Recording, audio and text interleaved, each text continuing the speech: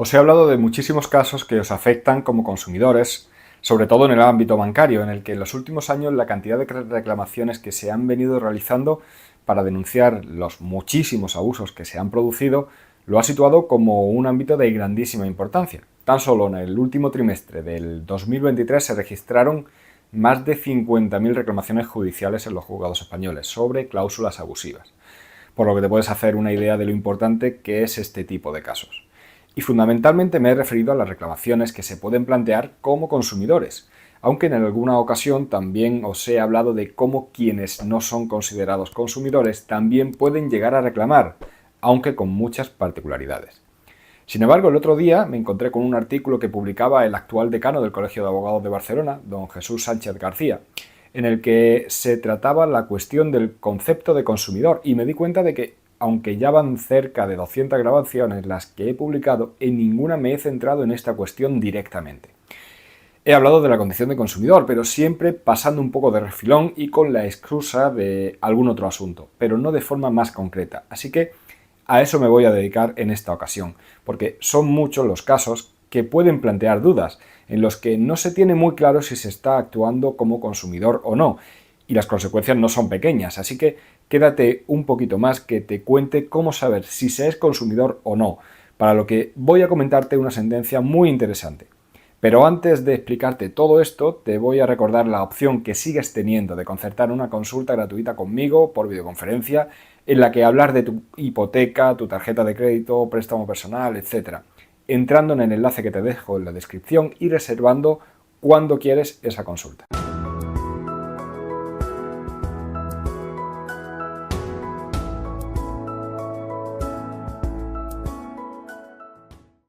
Soy Javier Fuentes, abogado y fundador del despacho que pone el nombre a este canal, Jurisfirma Abogados. Como he adelantado en la introducción, hoy voy a centrarme en hablar sobre la condición de consumidor, en explicar cuándo se es consumidor y cuándo no, para lo que voy a hacer uso de una sentencia muy reciente que ha dictado el Tribunal Supremo, del pasado 20 de mayo de 2024. Esta cuestión es muy importante, pues ser o no consumidor va a determinar si se va a poder hacer uso de la normativa protectora de los consumidores y, por tanto, si se va a poder pedir que se anulen determinadas cláusulas de un contrato por ser abusivas. Si no se es consumidor, no significa que no se pueda impugnar un contrato o alguna cláusula, pero ya no podrá basarse esa impugnación en que la cláusula pueda ser abusiva o no, y en una normativa que protege enormemente a los consumidores, sino que tendrá que ser por otros motivos mucho más difíciles de plantear. La definición que se da en la Directiva Europea que regula las cláusulas abusivas en contratos celebrados con consumidores nos dice que será consumidor la persona física que actúe con un propósito ajeno a su actividad profesional, una definición que se va repitiendo de forma similar en el resto de normas europeas. En nuestra normativa nacional la definición también es similar, aunque no solo se admite que un consumidor debe ser persona física, sino que también puede serlo una persona jurídica. En la Ley General para la Defensa de los Consumidores y Usuarios se dice que son consumidores las personas físicas que actúen con un propósito ajeno a su actividad comercial, empresarial, oficio o profesión, pero que también son consumidores las personas jurídicas y entes sin personalidad jurídica que actúen sin ánimo de lucro en un ámbito ajeno a una actividad comercial o empresarial. Sin embargo, aquí hay un matiz que se modificó en el pasado año 2014, pues antes, en relación con las personas físicas, se hablaba de que debían actuar con un propósito ajeno a una actividad empresarial, y ahora se dice ajeno a su actividad empresarial. Este matiz aún hace que la propia actividad profesional sea relevante.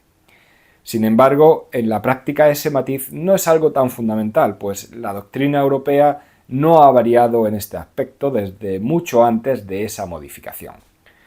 Todo esto significa que lo importante para ser consumidor no va a estar en el aspecto subjetivo, es decir, en si alguien es empresario o no, autónomo o no, empresa o no, sino en el propósito con el que se está actuando.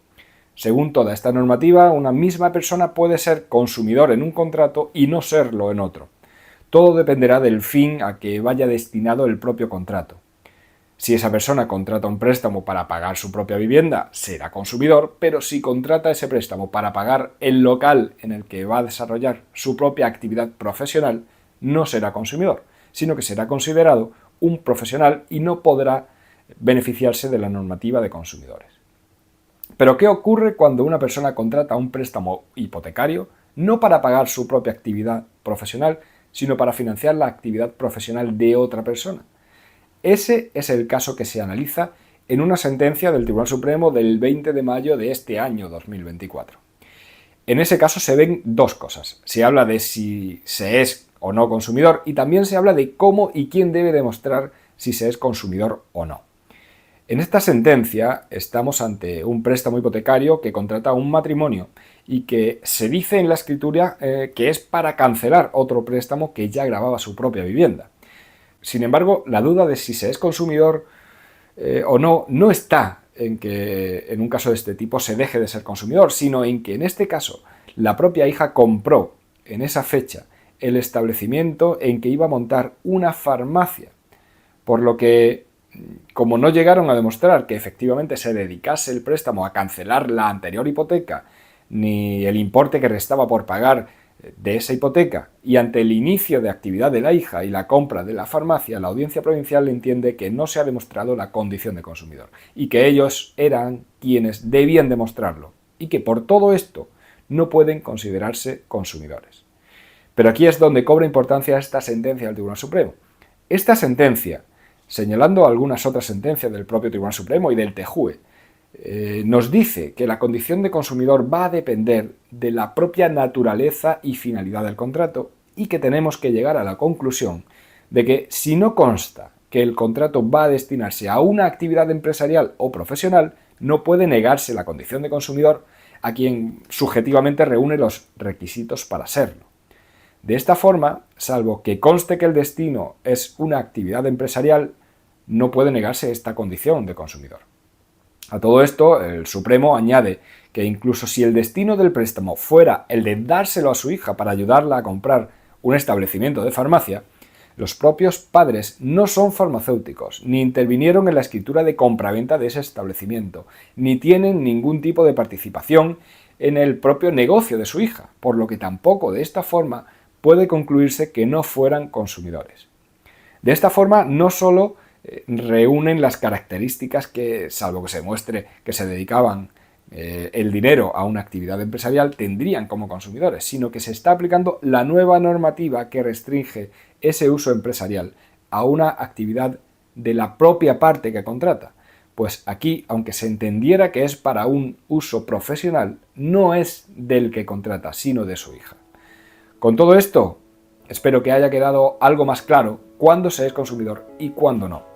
Y ahora pues es cuando te voy a pedir que le des a me gusta, que compartas esta grabación, pongas un buen comentario y que incluso te suscribas al canal si aún no lo has hecho y le des a la campanita.